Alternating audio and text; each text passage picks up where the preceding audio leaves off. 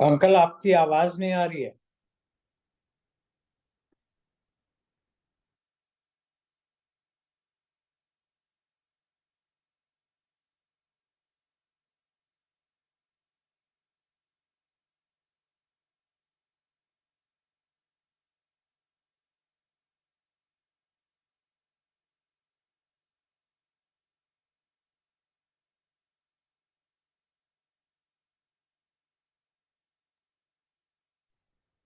जय गुरु जी। अंकल, मेरी आवाज आ रही है क्या आपको?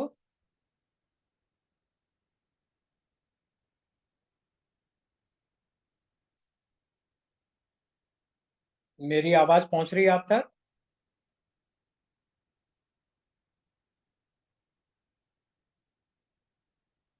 जय गुरु जी।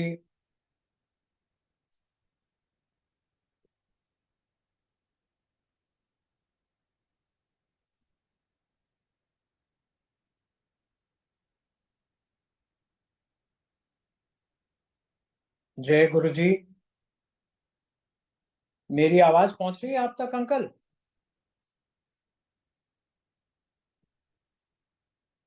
Okay, thank you so much, thank you so much, गॉड वासन अंकल, आपकी आवाज नहीं आ रही है। Okay, but I got the message that I am audible. तो जय गुरु जी, संगत जी, आप सबको बहुत बहुत प्रणाम।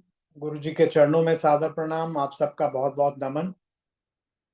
आज शुक्राना मल्टीलिंगुअल के आज के इस सेशन में, जो पिछले काफी समय से लाइट ऑफ डिविनिटी रीडिंग का चल रहा है कार्यक्रम, तो उसमें आज एक बार फिर मेरा सौभाग्य हुआ है कि मैं अपने एक बहुत ही अच्छे और प्यारे मित्र कंवरलाल अंकल का सत्संग आप सबके साथ बांटने वाला हूँ। कंवरलाल अंकल थोड़े वो जूम पर सत्संग नहीं शेयर करते हैं। मैंने ये रीडिंग के लिए उनको एक दो बार कांटेक्ट करने की कोशिश की, मगर वो कांटेक्टेबल नहीं हुए। तो हो सकता है गुरुजी की आज्ञा हो कि मैं ही ये सत्संग उनके बिहाफ पर आप सबके साथ बांटूं। मैं थोड़ा सा पहले कंवरलाल अंकल के बारे में बता देता हूँ आप सबको। अंकल कस्टमर एक्साइज में जब मैं उनसे मिला था, उन्होंने भी उसी साल आना शुरू किया जिस साल हमने गुरुजी के दर्शन पाए, सन 2000 में। हम लोग फरवरी में पहुंचे थे, वो मई में। और मैं उनको देखता था, वहां आते थे, उनके सत्संग सुनता था। 2004 की बात है, 4 या 5 की। तो मैं उद्योग विहार में गारमेंट एक्सपोर्ट हाउस में काम जॉब करता था, तो वहाँ कुछ काम पड़ता था। वहीं पास में ही हमारे सेंट्रल एक्साइज का ऑफिस था। तो एक दिन मैं गया किसी काम से, तो मुझे वहाँ अंकल मिले। उससे पहले मैं उनका नाम भी नहीं जानता था। तो मैं मिला उनसे, थोड़ा प्रेम भाव और बढ़ता गया। तो अंकल बहुत ही स्वीट अंकल हैं। और वो लाइव सत्संग तो जरूर करते हैं। जब भी आप कभी मौका मिला हो, आप लोगों को किसी प्रोग्राम में गए हों या किसी सत्संग में गए हों और वहां उन्होंने अपने सत्संग शेयर किए हों, उनका सत्संग शेयरिंग का एक बहुत ही निराला ढंग है। I wish he would have been personally doing this, but anyway. तो मुझे याद आता है, वो जब आए थे पहली बार, तो उनकी आंटी काफी दुखी अवस्था में थी। एक तरह से कहा जाए तो वो डिप्रेशन में चली चली गई थी, क्योंकि उनके एक जवान बेटे की एक्सीडेंट पे मृत्यु हो गई थी। तो वहीं से उनकी कहानी आरंभ होती है, और फिर आगे गुरुजी ने उनके जीवन में क्या क्या करामात की, क्या क्या कमाल किए। गुरुजी एक तरह से एक बड़े भाई, एक फादर फिगर होकर के उनके बच्चों के, उनके सबके कैसे कैसे कार्य संवारे। तो वो आज की इस जो रीडिंग है लाइट ऑफ डिविनिटी की, मैं उसको आरंभ करता हूं बिना किसी और विलंब के। Wiping away mother's tears, saving a man's job. ये उन्होंने अपनी आंटी और अपने बारे में कहा है। जैसा मैं आपको शीर्ष आरंभ में बता रहा था कि उनकी आंटी बहुत ही खराब हालत में थी। वो जब आती भी थी तो वो कहीं ना कहीं खोई रहती थी, क्योंकि वो बड़े सीवियर डिप्रेशन। और इसके अलावा जैसा कि आप लोग जानते हैं कि गवर्नमेंट जॉब्स में काफी गड़बड़ होती रहती हैं। अ, जो अल्टीमेटली रिस्पॉन्सिबल होते हैं वो तो बच जाते हैं, लेकिन जो जो रिस्पॉन्सिबल नहीं होते वो फंस जाते हैं। तो कंवरलाल अंकल ऐसे ही किसी एक केस में फंस गए थे कस्टम में, तो गुरुजी ने उनको वहां से निकाला। तो यहीं से उनकी कहानी शुरू होती है। तो in the year 1998 changed everything for the Lal family. Lal family means Kamarlal family. Their eldest son died in an accident in the Delhi cantonment area. Mr. Kamarlal's wife could not bear the blow and fell victim to a heavy depression. ये उन जो उनका सत्संग है वो मुझे ऐसा लगता है कि उन्होंने जीतू अंकल को नरेट किया होगा, और जीतू अंकल ने वो फिर उसको अपने तरीके से उसको प्रेजेंट किया है, and that is why it is in the third person language. Then a friend of Kanwar Singh, then a friend of Kamarlal, Mr. Prem Singh, a former Indian ambassador to Singapore. Prem Singh ji जो है वो भी गुरुजी के दरबार में आते थे. उनकी आंटी बीना आंटी, उनकी बेटी विजया सिंह आंटी, वो उनके सत्संग भी आपने सुने होंगे. डॉक्टर प्रेम सिंह तो प्रेम सिंह अंकल तो अब इस वक्त दुनिया में नहीं है, वो गुरुजी की शरण में हैं. उनके भी बहुत ही प्यारे. तो उन्होंने उनको कंवरलाल अंकल को वो लेकर के आए. A former Indian ambassador to Singapore happened to meet him. Prem naturally inquired about the family and was told of what had happened. Unknown to Kanwar, Prem Singh was a devotee of Guruji, and he directed his friend towards Guruji. Kanwar went one morning to Guruji's place at Empire Estate. He showed the ambassador's visiting card and requested entry. He was told by a devotee at the entrance, Sudama, that this was not the time to visit Guruji. Kanwar persisted in trying to show the ambassador's visiting card to Guruji. Sudama was not impressed. He told the distressed father that many ambassadors came to Guruji's darbar, which was held only in the evening, and Kanwar should come then. Kanwar returned and spoke to his friend, who advised him to retrace his step. In the evening, Kanwar found his friend waiting for him at the Empire State Gate, and together they went in. Guruji allowed Kanwar an audience, and the father was able to report his trouble to the Sadguru. Guruji blessed a copper tumbler that Kanwar's wife had to drink water from to get rid of her prolonged depression. The remedy, simple as it always seems, proved vastly effective. Within 15 days, the bereaved mother had turned the corner. She stopped crying, her low blood pressure normalized, and she felt okay. It was May of 2000, and the family started coming to Guruji. तो ये उनका जो शुरुआती जो paragraph था वो मैंने पढ़ा. हमें भी याद आती हैं वो बातें.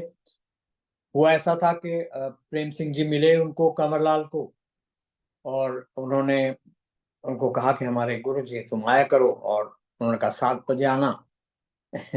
उन्होंने सोचा, ये तो सोचा भी नहीं था कि शाम को 7 बजे की बात हो रही है, क्योंकि गुरु लोग महापुरुष सुबह की ही ऑडियंस देते हैं. तो वो सुबह 7 बजे एम्पायर स्टेट पहुंच गए. सुदामा, आपने ये नाम भी सुना होगा.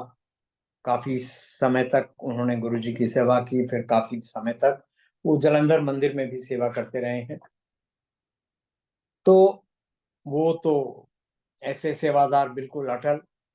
वो किसी को आलतू फालतू भाव नहीं देते, आने जाने का कोई, जो गुरुजी की आज्ञा है उससे एक अंश भी वो इधर उधर नहीं होने देते.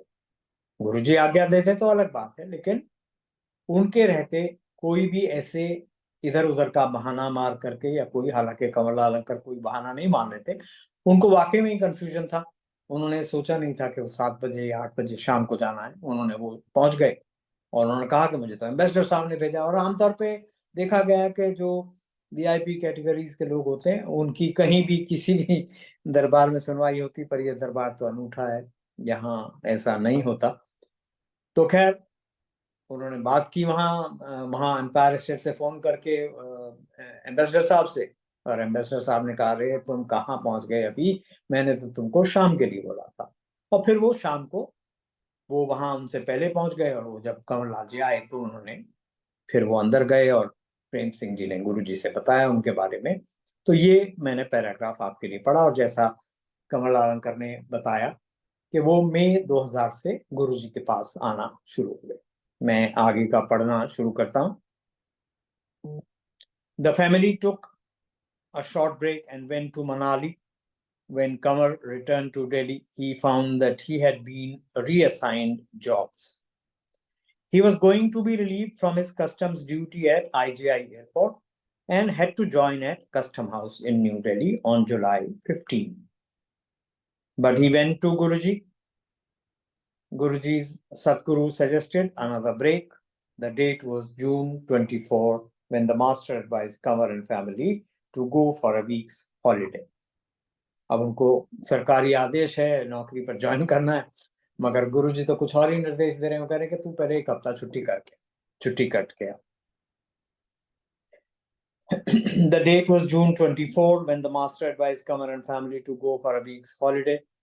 Kamar's faith in Guruji was not yet steady, so he admits today, disregarding Guruji's advice, Kamar attended office.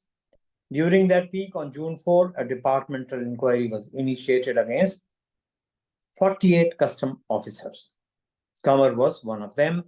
Had Kamar obeyed Guruji, he wouldn't have been named. तो गुरुजी कहाँ से कैसे किसी की अपने भक्तों की रक्षा करते हैं? उन्होंने तो पूरे उपाय पहले से ही कर दिए कि वो ना उलझे इसमें, कि वो छुट्टी काट के आते तो शायद वो सामने ना पड़ते, या जो भी कारण रहा होगा, लेकिन ऐसा उन्होंने नहीं माना। और जैसा कि कमरलाल साहब ने खुद एडमिट किया कि उनको तब तक वो गुरुजी में वो बात नहीं उत्पन्न हुई थी कि भाई अब गुरुजी ने कहा है तो ये सत्य वचन, क्योंकि अभी आए थे, इतनी सोच किसी की भी नहीं पहुंचती। मतलब उनको तो उनका कोई दोष नहीं है इसमें, हम सब ऐसे ही हैं। हमको गुरुजी कहा करते थे, सस्ते में महापुरुष मिल गए कदर नहीं होती, और ये बात बिल्कुल सही है। ऐसे महापुरुष को पाने के लिए माँ भगवती ने कितना तप किया, और सन्यासियों, महर्षियों, महापुरुषों ने कितनी कितनी स्तुति की, कितनी आराधना की, कितनी तपस्या की गुरु महादेव को पाने के लिए। लेकिन हमें तो गुरु ऐसे मिले, वो बुला बुला के अपनी संगत में शामिल करते थे। वो कहते थे नई संगत लाओ, नई संगत लाओ। तो खैर आगे का पाठन।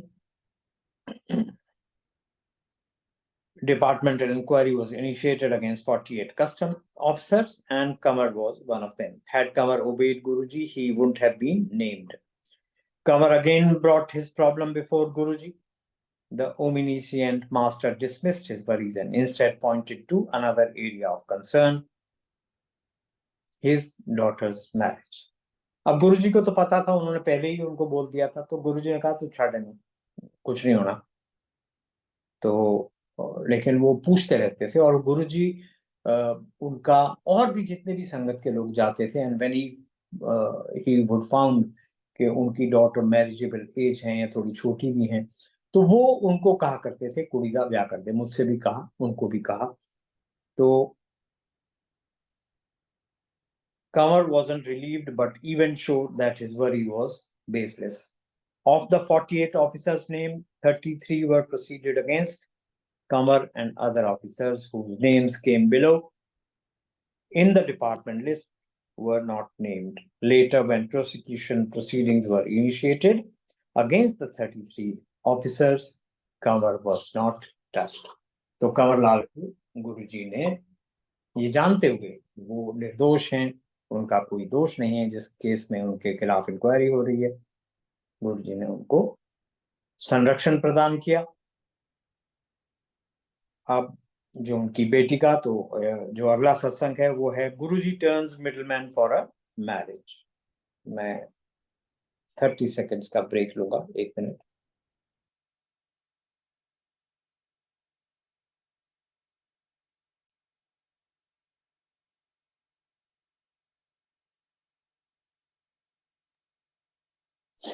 तो अगला जो सत्संग मैंने बताया कि Guruji turns middleman for a marriage.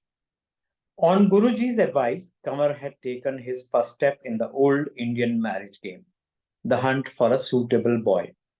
An Indian oil engineer seemed a likely candidate and, following Indian customs, came with his parents to see the girl. Before the all-important visit, Guruji called up Kanwar and specifically asked him to offer the young man's father white rasgullas. The candidate's parents were present at a lavish spread. Then one by one, first Kanwar himself, then his wife and his son offered the boy's father the rasgullas. Each time, and for reasons best known to the Satguru, the candidate's father declined. अब गुरुजी ने कुछ देख लिया था ऐसा, और वो बार बार उनको कहते थे आप रसगुल्ला लो. तो बल्कि वो कंवरलाल जब सुनाते हैं तो वो बड़े कह रहे हैं कि मैं तो एक बार उनको गुस्सा हो गया, आप रसगुल्ला क्यों नहीं खा रहे. तो अब क्या कारण है ये तो गुरुजी ही जानते हैं, लेकिन कुछ वजह थी, वो रसगुल्ला नहीं खा रहे थे और इस कारण वो रिश्ता भी नहीं बन पा रहा था. The reason best known to the Sadguru, the candidate's father declined. Kamar's family had by now known enough of Guruji's way to suspect that something was amiss.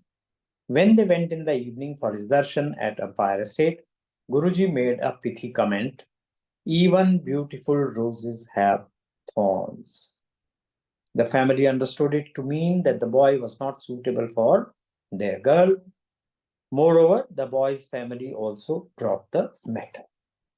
तो ये पहली कहानी उनके रिश्ते की.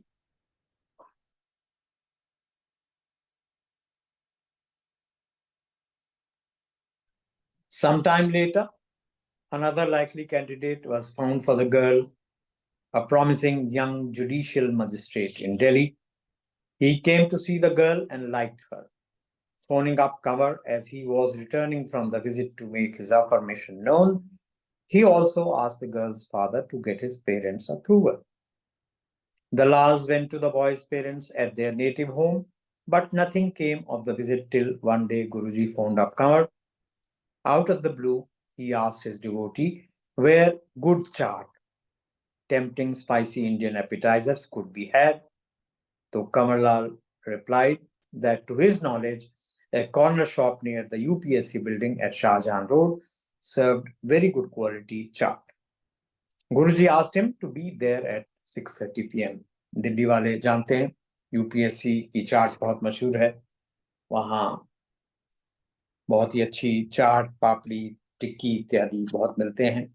और गुरुजी ने देखिए, अब गुरुजी के रंग देखिए, गुरुजी के तौर तरीके देखिए. गुरुजी ने कहा अच्छा चाट कितने बदिए मिलती है, तो आ जाओ थे शामी. वो शाम को 6:30 बजे वहां पहुंचे और भी कई लोग थे, उन सबको चाट खिलाई गई. अब मुझे नहीं पता गुरुजी ने खाई नहीं खाई, खाई भी होगी. Some time later, at 6:30 p.m. Guruji arrived with a few devotees. Chaat was brought and Guruji gave a plate to Kanwar, congratulating him on his daughter's wedding getting fixed. Then the devotees felicitated him. Kanwar was also left wondering what was going on, what was happening. For only he knew that there had been silence from the judicial magistrate side. अब वो लड़की वालों से कुछ आ नहीं रहा है, जा नहीं रहा है, और गुरुजी कह रहे हैं कि मुबारक हो, काम हो गया तेरा, बेटी कुड़ी दा ब्याह तय हो गया. तो मगर गुरुजी तो बहुत पहले देख लेते हैं सब कुछ. आपने मेरी डॉटर के सत्संग, डॉटर की वेडिंग के सत्संग के बारे में भी सुना होगा. तो खैर, for only he knew that there had been silence from the judicial magistrate side, that too for nearly 2 months. Soon, however, the good news came. As usual, the Guru's word had proved prophetic. अगला सत्संग, Guruji's magisterial grace for son-in-law. मेरा सौभाग्य रहा कि मैं भी इस marriage को, उनकी बेटी बबली, उसको हम प्यार से बुलाते थे सब लोग घर में, उसकी मैरिज पर गुरुजी ने हम सब कई लोग संगत को इनविटेशन किया. I was one of them. Guruji ने मेरे को बोला, वो वसंत कुंज के किसी फार्म हाउस में मैरिज थी और मैं वसंत कुंज में रहा करता था. तो गुरुजी ने कहा कि जाके कुछ कम क्राउड थे, तो मैं I happen to be attended that meeting, जहाँ गुरुजी वेडिंग, जहाँ गुरुजी खुद आए। और हमारा सौभाग्य रहा कि कमरलाल अंकर के साथ साथ मैंने भी गुरुजी के गले में माला डाली। Guruji's magisterial grace को son-in-law, Kanwar's son-in-law had given his departmental exams and cleared every paper but one, which was quite irregular. His father-in-law brought the matter before Guruji. The Sadguru remarked that the boy should have cleared the exam and that he would. मतलब वो तो गुरुजी was assured कि वो तो कर लेना चाहिए था, नहीं भी किया तो वो कर लेगा। Kanwar felt Guruji was hinting that someone had tried to thwart his son-in-law's professional advancement. Soon, a full bench of the High Court sat for the judicial review of the examination procedure of the candidate. Looking at his performance and his peers' comments as noted in the annual confidential report, the bench ruled in his favor and adjudged he had passed the exam. तो गुरुजी तो सब कुछ देख लेते हैं और फिर वो अब तो जज बन गए हैं, उनके जो सन इन लॉ हैं। तो गुरुजी की मेहर है और गुरुजी कैसे पूरे परिवार को अपने संरक्षण में ले लेते हैं, ये आप देख रहे हैं वन बाय वन। पहले उनकी आंटी का जो सबसे बड़ी उनकी समस्या थी, जब वो गए गुरुजी के पास लेकर उनको, फिर उनका अपना कंवरलाल जी का, फिर उनकी बेटी का, और अब जो अगला सत्संग में पढ़ने वाला हूँ वो उनके छोटे बेटे का। एक बेटे की तो एक्सीडेंट में आपने जाना कि वो चले गए।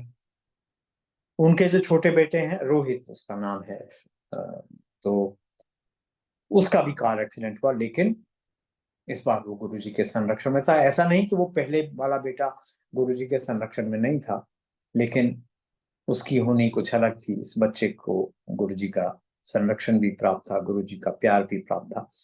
Kamar's son has scratchless accident. Kamar's son Rohit was not getting hostel accommodation in the APJ Engineering College on the Sohna Palwal Road that winds out of Gurgaon. His son's death due to an accident in the back of his mind. Kamar was worried about sending his son 65 kilometers away to the engineering institute. But Guruji reassured him. As fate would have it, one day, the Qualis in which his son commuted to his college hit a truck on the Sohna road. The driver lost an eye and all other students were injured. Rohit, as Guruji would have it, had nary a scratch. उसको कोई भी उसका, जिसे कहते हैं, बाल भी बांका नहीं हुआ, वो स्क्रैचलेस बाहर आ गया उस एक्सीडेंट से। When Kanwar came to Guruji's in the evening, the Satguru simply said, I have saved your son. Guruji's benign grace continued to reign on Rohit. He was unable to enter the third year of his engineering course because he had not been able to clear a paper in the first semester of the first year. When Guruji came to know of that, he just said that Rohit would get into the third year. Then, as divine providence would have it, APJ changed its rule. Now students were allowed to go into the third year if they had passed at least 18 of the 20 exams they had sat for during the course of their engineering studies. Rohit thus could go into the third year of his course. That this was Guruji's divine will in operation was proved when a year later Institute reverted to its rule. Clearly, school rules had to bow to the Sadguru's will. गुरुजी के संसर्ग में आने के बाद से कई ऐसी घटनाएं होती हैं हम सबके जीवन में। कंवरलाल जी के जीवन में जैसे आपने देखा, उनकी अपनी जो इंक्वायरी में फंसे हुए थे वो कस्टम डिपार्टमेंट की, बड़ी सीवियर इंक्वायरीज होती हैं, और एक बार जब नाम आ गया तो आ गया समझिए। लेकिन गुरु की ऐसी मेहर कि वो अनयूजुअल सर्कमस्टांसेस में भी वो बच के निकल आए। और ऐसा ही यहाँ रोहित के केस में हो रहा है कि उसका एक एग्जाम फर्स्ट ईयर का क्लियर नहीं है, लेकिन थर्ड ईयर में उसको एडमिशन चाहिए। उस साल एपीजे कॉलेज, जो बहुत ही बड़ा कॉलेज है, कोई ऐसा मामूली सा नहीं है, वो अपने रूल चेंज कर देता है कि अच्छा भाई चलो 20 में से 18 जिनके पास हैं उनको हम आगे प्रमोट कर देंगे। लेकिन अगले साल ही उनको ऐसा लगता है कि नहीं, जो उन्होंने चेंज किया वो लोगों के औरों के लिए ठीक नहीं है, और वो फिर रिवर्ट कर दिया उन्होंने वैसा ही। तो गुरु जी की कृपा ऐसी बरसती है गुरु की संगत पर, उनके पूरे परिवार पर। गुरु जी कहा करते थे कि कोई भी जो गुरु के दरबार में, गुरु के संरक्षण में आ जाता है, उसका परिवार ही नहीं, उसका कुल तर जाता है। पास्ट एंड फ्यूचर जनरेशंस, वो गुरु गुरु उनको तार देता है। तो यही बात हमें यहाँ उनके इस सत्संग में हमें दिखाई देती है। एक जो उनका अंतिम सत्संग है कि हीलिंग विदाउट एन ऑपरेशन, कमललाल जी की मदर इन लॉ का ऑपरेशन का सत्संग है ये। Kamar's mother-in-law was slated to have an operation at Sir Gangaram Hospital on her right knee, which pained her a lot. But Guruji expressly forbade the operation, going to the extent of telling Kamar to not even take his mother-in-law near the hospital. अब उनके घुटनों में severe दर्द है, doctor ने बता दिया कि इनके घुटनों का ऑपरेशन करना होगा। गुरुजी ने तो कुछ और ही सोच के रखा है, कुछ और ही तरीके से कल्याण किया है। ऐसा नहीं कि वो सबको ऐसा कहते हैं कि नहीं ऑपरेशन मत कराओ। जिनको ऑपरेशन की जरूरत होती है उनको कहते हैं ऑपरेशन कराओ, करूंगा तो मैं ही। जिनको ऑपरेशन की जरूरत नहीं होती, डॉक्टर ऐसे ही हैंकी पैंकी कुछ अपनी लगा रहे होते हैं, तो वहां वो साफ कह देते हैं कि कोई लोड़ नहीं। जैसा इसमें कहा कि हॉस्पिटल के नेड़े जान दी भी कोई लोड़ नहीं। Guruji expressly forbade the operation, going to the extent of telling Kanwar to not even take his mother-in-law near the hospital. As per the Satguru's direction, the copper tumbler water remedy was again given. The simple yet potent cure worked wonders yet again. The knee stopped paining in a month and regained flexibility. कमललाल जी लगभग मेरी उम्र के हैं, हो सकता है 1-2 साल बड़े ही हों। तो आप सोचिए उस समय उनकी मदर इन लॉ किस एज में रही होंगी। और ओल्ड एज में ऐसा बहुत कम देखा गया है, क्योंकि जो वियर एंड टेयर है वो वो इरिवर्सिबल होती है। मतलब ऐसा नहीं होता कि किसी के घुटने अगर वीक हो गए हैं, किसी के हिप जॉइंट्स वीक हो गए हैं, किसी के रिस्ट जॉइंट्स या जो भी, तो वो केवल जल प्रसाद लेने से, कॉपर टम्बलर का, वो ठीक हो जाए। लेकिन गुरु की कृपा है, गुरु तो क्या कुछ नहीं कर सकते, तो ये उन्होंने किया। तो संगत जी ये उनके शेयरिंग का ये आखिरी सत्संग था। हालांकि जैसा अगर वो स्वयं होते तो वो और भी सत्संग आप सबों के साथ बांटते, जो गुरु जी के समाधि के बाद से घटित हो रहे हैं, हम सबके जीवन में हो रहे हैं। आप जो जुड़े हुए हैं आपके भी जीवन में, मेरे जीवन में, हम सब जितनी भी संगत है, ऐसा नहीं कि गुरुजी ने अगर अपना चोला बदल लिया, अपना स्वरूप बदल लिया तो कुछ मिसिंग है। तो उनकी वो प्रेजेंस मिसिंग है, वो जो अपने उनके हाथों से जो प्रसाद मिला करता था, वो जो आते जाते कभी हमको खुश करने के लिए कुछ बात कह दिया करते थे, कुछ बात कर दिया करते थे, कुछ हमसे पूछ लिया करते थे, कुछ बता दिया करते थे, वो मिसिंग है। इसके अलावा वो, आपने सभी सत्संगों में सुना होगा कि उन्होंने इस लोक में जन्म ही हम सबके दुखों को भगाने के लिए लिया है। ऐसा शिव पुराण में भी लिखा हुआ है, जिसमें उन्होंने बताया, महादेव ने, कि मैं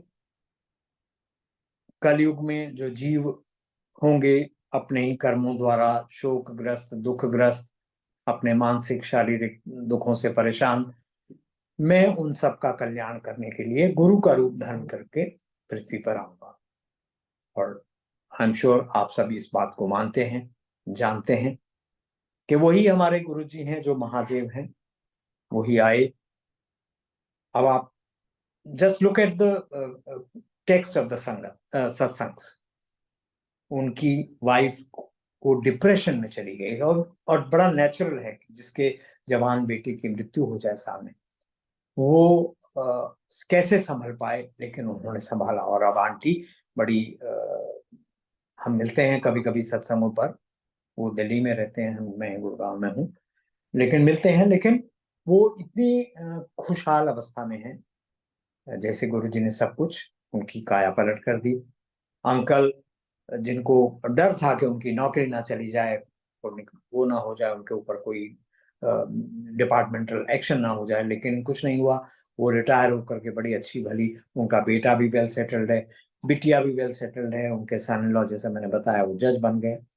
तो जिंदगी वो हमारी ऐसी खुशहाल निकाल रहे हैं गुरु जी, जो हमारे जीवन में किसी कारणवश हमारे अपने कर्म बंधनों के कारण जो कष्ट लिखे भी हैं, उनसे गुरु जी कैसे हमारी मुक्ति करा देते हैं, ये सब आप इन सत्संगों के माध्यम से जान गए हो। मैं जब गुरु जी ने मैं अपने सत्संग की बात करता हूँ, मैं सत्संग नहीं सुना रहा हूँ।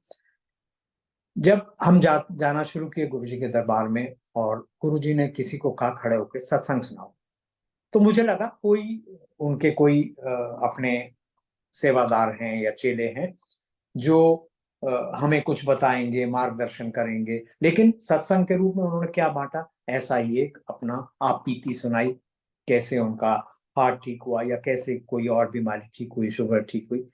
तो मुझे थोड़ी हैरानी होती थी कि ये सत्संग कैसे हुआ।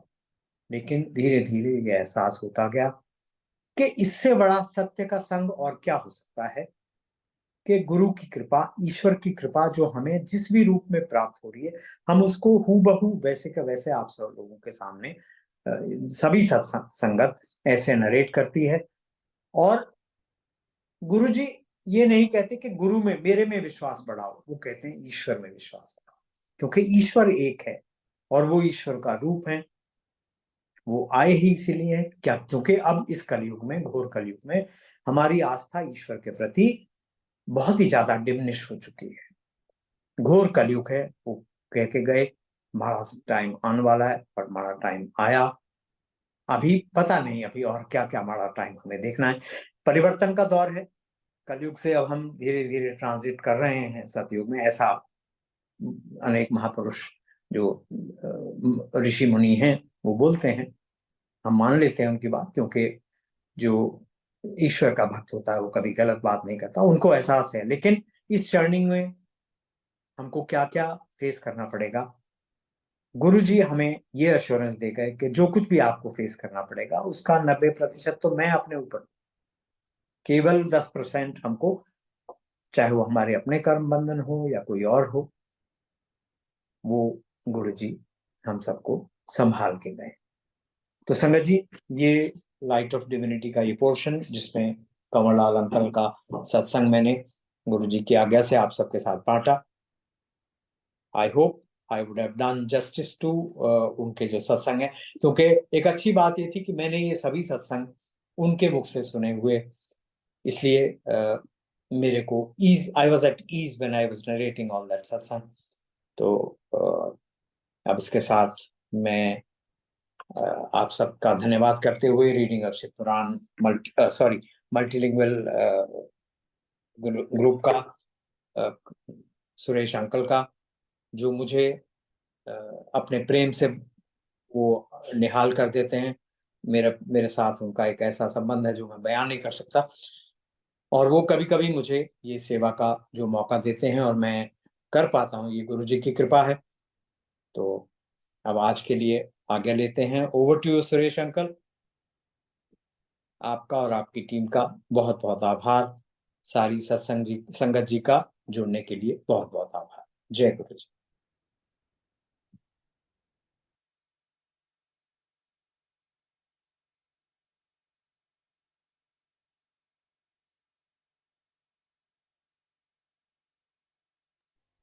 मेरे को आपकी आवाज नहीं आ रही, आई डोंट नो बाकी संगत को जा रही है नहीं जा रही, मैं आपकी आवाज नहीं सुन पा रहा हूँ। एनीवेज ऐसा, ऐसी गुरु जी की कोई रचना होगी।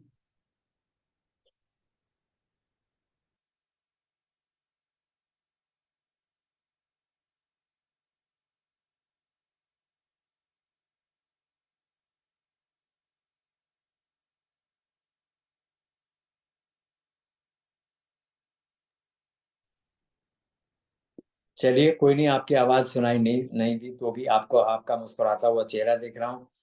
और बस मैं पर इस बात के लिए क्षमा भी प्रार्थी हूँ कि मैंने आपको काफी देर तक अ, बांधे रखा है।